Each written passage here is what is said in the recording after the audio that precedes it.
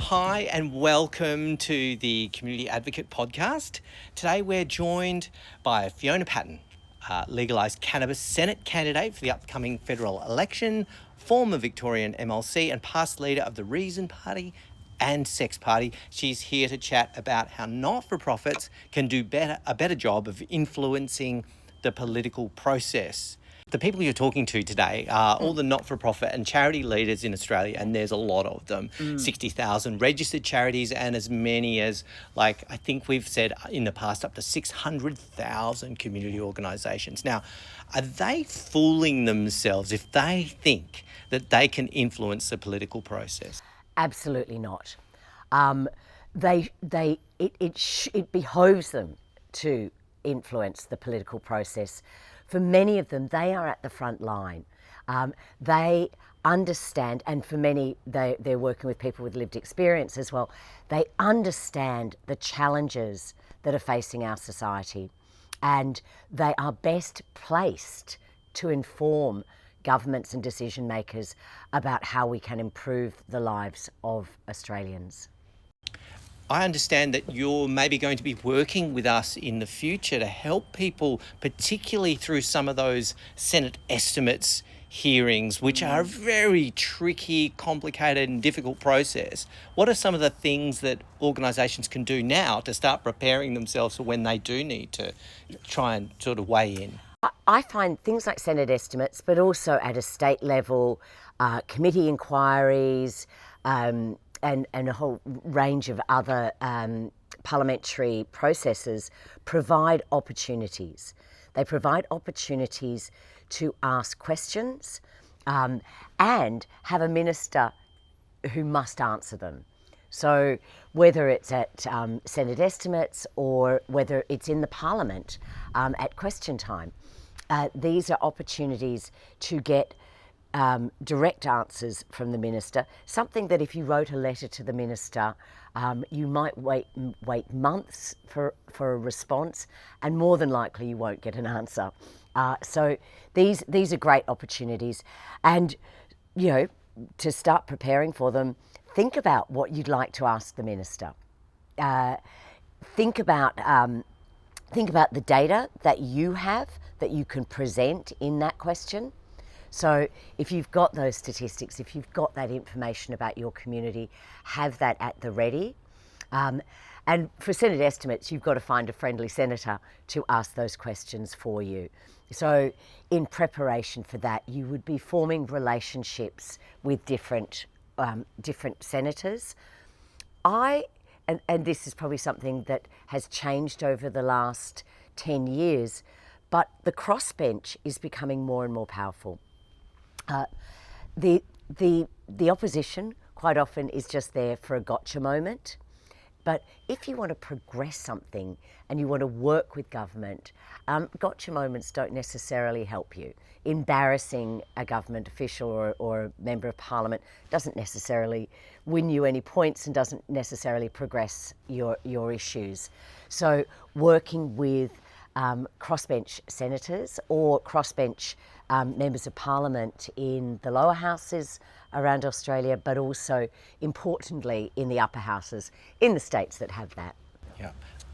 A lot of the changes that you've been able to make, whether it is with euthanasia or drug reform or testing, those things have often been triggered by you kind of weighing in and forcing the issue in Parliament. Maybe you could say something about why that's your method. Look, I think, for me, I put up more private members' bills than anyone ever has in my time in Parliament, and many of them resulted in legislation. Now, not my bill. The legislation was inevitably a government bill, so it never had my name on it. But developing legislation is a very good way to start that conversation. But to do that, there's a whole bunch of work you do before that. So it culminates in a piece of legislation. But starting to ask those questions, starting to talk to stakeholders, and some of that legislation really came from stakeholders. So if you use an example of the safe access zones around abortion clinics, that came from, healthcare workers, women who, healthcare workers, people working in women's health, who came to me to talk about the problem of women being harassed and intimidated when they were going into abortion clinics. So it was the not-for-profit sector, it was the community that initiated the process that eventually led to legislation, and eventually led to that legislation being not only passed in Victoria but passed in every state in Australia and quite recently Scotland. Well, this is an interesting one. How do you suck it up in terms of not taking any of the credit? You've done all this work. And then in the end, it doesn't have your name on it. The government of the day, they parade it up and down and say, look what we've done. Yeah. There's no doubt you've got to have a certain amount of ego to go into politics, and I don't shy away from that. However, for me, the issues are always far more important. And I know that I'm not the government, and I'm very clear about that, and I understand that for me to affect change, I have to work with the government of the day. In some ways, I was a lobbyist and prior to going into Parliament, and nothing really changed. I was still a lobbyist. I just, probably had more phone numbers and greater entree into decision makers' offices. But yeah, I've always seen myself as a lobbyist, and so it doesn't matter whose name's on the legislation. As an example, this week we're debating anti-vilification legislation. I put forward the first anti-vilification bill in 2019, and 5 years later, the bill that is going through the Parliament this week is remarkably similar. And this is in Victoria. This is in Victoria, and we're also seeing legislation federally being debated that expands those vilification protections from race and religion to sexuality, disability, gender, and sexual characteristics. That makes me think of the fact that issues don't sort of move on a sort of smooth path, do they? It's kind of, this has been triggered by what's happening in Gaza and the fury and the anti-Semitism. Right. And so organisations, lobbyists need to be ready for these issues and to be able to step in where they need it. And don't be afraid to come forward. And one of the best things, and I know most people listening to this will already know this, but present a solution, present a way forward. Coming in and saying, this is all wrong and we've got these huge problems. Yep, identify those, but identify the solution, and be able to present that solution is really what politicians like myself appreciate and need. Mm. Is it like where a federal election could be called at any moment now. Is it too late to sort of call up your local member or your federal senator and start harassing them about your favourite issue? Now might be a perfect time. Now might be a perfect time. So when they're on the hustings, when they're on the polling booths, they can be talking about, well, if I'm successful in being elected, I will be able to do such and such. So, election times are often key times to get some commitments from members of Parliament, and certainly when the reality of an election, the reality of the popularity contest that is that election looms, they are all too conscious and aware that they need broad support in their community. I suppose, often the feeling with not-for-profits is, we should have done this 2 years ago, we should have done this 5 years ago or 10 years ago, and then we will be able to get the ear of the government of the day or whatever. But I suppose it's just a constant thing. We will always be saying that. That is eternal. I wish I'd done that earlier. That's eternal, and yeah, we all live with that. But certainly, election times are good times for presenting solutions or asking for commitments. Will you commit to this? I know around this time of year, members of parliament and candidates will be getting a flurry of surveys from different organisations about those candidates' opinions. And while they might not get answers from all of the candidates or all members of parliament, I actually think those are still worthwhile exercises. I know as a candidate, I would try and respond to every single one of those.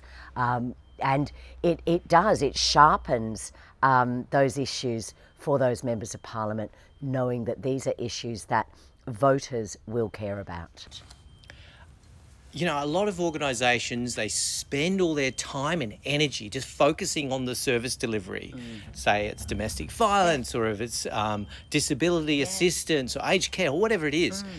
And they don't have time to sort of push for this kind of broader change. Obviously, the peak bodies give it a bit of a go. But, you know, what about those, you know, on the ground organisations? Are they important in this equation? They are so important. And, you know, one of the things that, like, okay, I used to go to the opening of an envelope. You know, I loved going out to everything. But, you know, and most MPs do. Most MPs do care about their community. So even, you know, if you're not going to be lobbying and writing letters and knocking on Parliament, invite those MPs to events, whether they're the government or the opposition or an independent. Invite them to see what you do. Look, you might not get success, you might not have success every time, but it's really important. And quite often MPs, you know, frankly, they're putting out newsletters, they're putting out social media, they need those sort of, well, for want of a better word, those photo opportunities.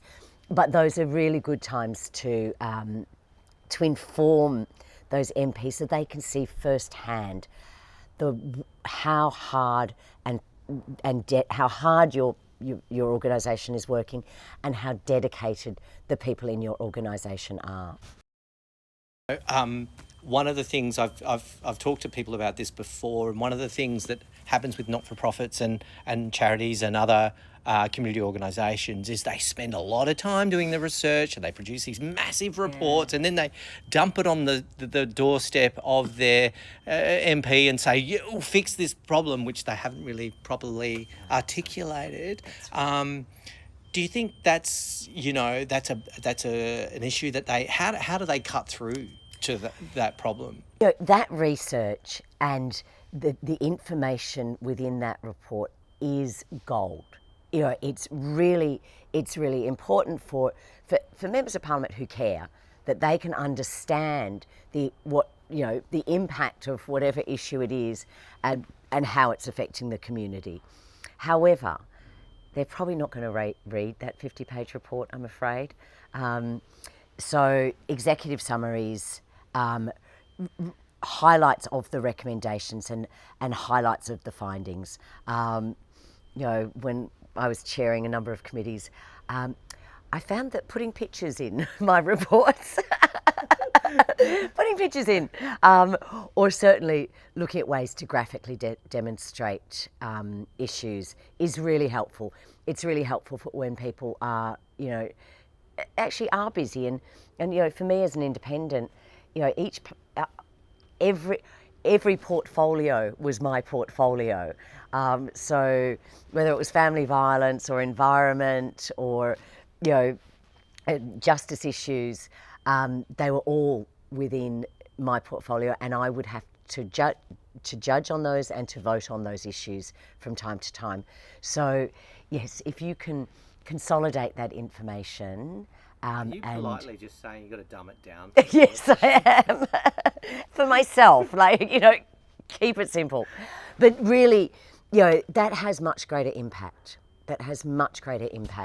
And, you know, and don't take, you know, and maybe it needs more than one go as well. So maybe think about that sort of 3 calls where you present the first piece of information, then you might present something else. if you're doing statewide legislation or nationwide legislation, if you can personalise it for those members of parliament, so if you can say in your electorate, these many people are affected by this, rather than saying nationally 76% of the population or whatever the numbers are. Really, if you can, personalise it for that member, that is, that also gives them something to say, gives them something to put in their newsletter, or when they're speaking to the issue in Parliament to say, in my own electorate, this is happening. Look, there's a real prospect at the next federal election that Dutton could form a coalition, could form the next government, maybe a minority government. Who knows what's going to happen? But for a lot of not-for-profits and charities who are kind of a bit left-leaning, generally speaking, that's going to be quite alarming. And I think a lot of them will be tempted to pull their heads in and sort of hibernate for a few years. Yeah. Is that a mistake? It is a mistake, and I don't think he will. He might have a minority government, but he won't have a majority government. So, and a minority government might actually give you even greater opportunities for change. If you think about when Julia Gillard had a minority government, 30 odd pieces of legislation, like it was extraordinary how much legislation was able to pass and was passed and amended and changed for the better. We got the NDIS in that time. So we didn't get the carbon tax, but we did get an enormous amount of work done as a minority government. And I think in some ways minority governments actually may be more effective and may get more work done than when a government has a solid majority, because they can kind of go slow, they can do whatever they want, but when they're relying on others for their vote to pass their legislation, they need to work with others. Actually, that just also makes me think that this election is live. This election really could hinge on a whole lot of different seats, and the influence is at play, isn't it? That's right. Maybe not-for-profits, instead of being afraid, should be stepping in a bit more. I think we should take this as an opportunity. And I know, my friends in the United States, I mean, they do just want to get under the doona and come out in 4 years' time. It is frightening. But Australia is a different beast. And also, it will be highly unlikely that even if Labor or Liberal got a full majority in the lower house, they won't have the majority in the Senate. And even though, the Senate was described as, unrepresentative swine by Prime Minister Keating, I remind Prime Ministers and Premiers of the day that it is the upper house that passes their legislation. We review it and we pass it. So those are the opportunities, again, to change legislation, to amend it for the better, or if it is particularly hideous legislation, to campaign so that it doesn't pass. Let's say you're a community organisation. You've got a great agenda. Yeah. It could be drug reform. It could be attacking, preventing violence against women. It could be improving diversity or whatever. Should you tie yourself to a political party of some sort? How do you get your goal or mission done? Is that dangerous? Because, I mean, we saw what all the community organisations did with The Voice. They tied themselves to The Voice. That fell in a big heap. And, now I think people are really afraid of doing that, of painting their stripes or whatever. I think if your organisation can remain as non-partisan as possible, that is to your benefit. To be able to speak to both sides of the House is important. If you are seen to be leaning towards one side or the other, that doesn't help you talking to the other side. So if you can stay as non-partisan as possible, it is to your benefit. Obviously, the government holds the purse strings, and the legislative agenda. So, the government is where is going to be who makes change.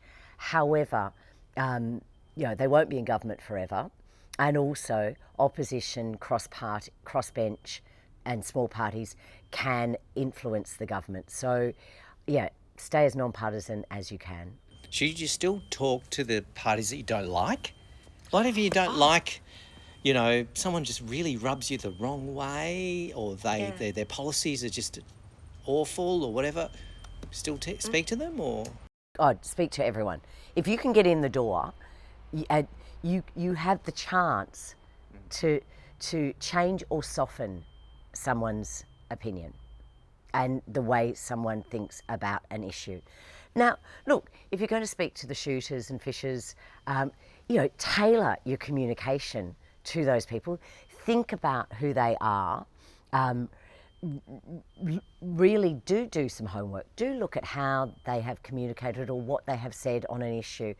And that actually used to frustrate me sometimes when people hadn't done their homework, so they didn't know that I'd already spoken about the issue, or that I was already completely on side, or wasn't, and needed convincing. But if organisations can do a little bit of homework before they go in, it goes such a long way. Like you ingratiate yourself to that person because that person thinks that you've thought about them before you've gone in to see them, not that you've thought, right, we're going to see 10 politicians and we're going to tell them this. Before we go, why don't you give a little bit of homework for some of the not-for-profits listening and watching out there in the lead up to this election? What do you think they should be doing now to prepare for the election, the aftermath of the election, and the budget too, of course? What can they do? Look, I think for a federal election, look at who the candidates are. Look at policy. Start looking at policy, but start connecting with them. Like really, it might be a very short email, but really start connecting to them. Ask if you can have a quick phone call with them or a Zoom with them, but do try and initiate those conversations. Some of them, they're getting out and about in their community. They will want to speak to everyone. So now it can quite often be a good time to do that. So really start to become aware. Also start looking at the political parties who are running, and start looking at whether they've got policies that really align with the policies and objectives of your organisation. And it may surprise you. You may find that, One Nation has a remarkably good policy on something. Off the top of my head, I can't name that, but they might. Same again, shooters and fishers, or, that you might find that you've got some unlikely allies out there. And some of that will be, from people's personal experience. Who would have thought that Warren Inch, a Conservative, MP from far north Queensland, would have led some of the fight on marriage equality? Unlikely place. Look in those unlikely places. Keep your options open. Yeah.